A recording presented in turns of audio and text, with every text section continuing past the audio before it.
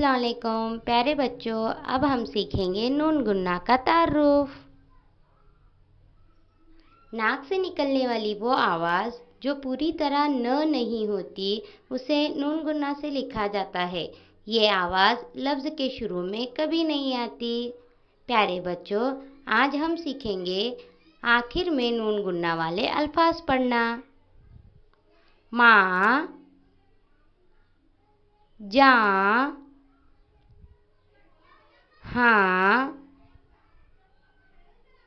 मैं, हैं, यहाँ, वहाँ, जहाँ, कहाँ, यहीं, नहीं, कहीं, गाँव, छाँव, पाँव, शादां, अफशां,